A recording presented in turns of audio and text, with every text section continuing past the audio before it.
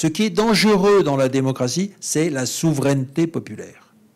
Et ce qui est dangereux, ce sont les idées qui ont été formulées pendant la Révolution française, à savoir que le peuple, par le suffrage universel, pouvait décider de l'organisation des pouvoirs et de l'organisation économique. Et ça, c'est le danger suprême.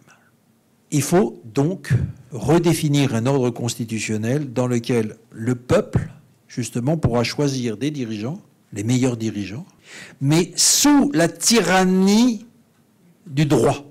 Il faut donc un ordre politique dans lequel les droits, et en particulier le droit privé, le droit de la propriété, soient absolument indisponibles, hors d'atteinte du suffrage universel.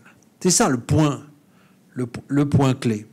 Il y a donc, d'une part, la peur des masses, la démophobie, et d'autre part, une apologie d'une tyrannie ou d'une dictature du droit, si vous voulez, qui est au-dessus donc du pouvoir, qui est en place suprême, intouchable, et un État fort qui est justement le gardien de ce droit privé en position d'absolu.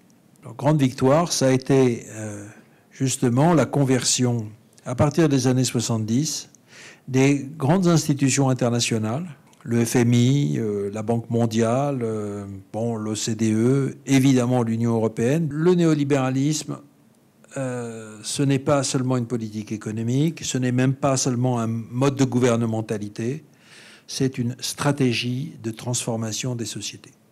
Bon. C'est une entreprise stratégique. Il y a une stratégie. Voilà. Cette stratégie, elle est diversement appliquée par expérimentation en tenant compte des rapports de force locaux. Le coup d'État, oui, quand c'est nécessaire. Sinon, la voie institutionnelle, par exemple, la voie de la construction européenne. Pas besoin de coup d'État en Europe. Il suffit progressivement, voilà, de construire ce grand marché européen et d'imposer partout la concurrence, la privatisation, la mise en concurrence des services publics, l'introduction du benchmarking partout, etc. C'est-à-dire les modes d'organisation même suffisent, pense-t-on, à transformer les États. Et puis, un certain nombre de normes budgétaires, etc. Bon. L'indépendance des banques centrales. Enfin, bon. Au fond, ça, c'est le programme ordolibéral qui marche jusqu'à présent assez bien pour transformer tous les pays selon la logique de marché. Ailleurs, eh bien, l'armée.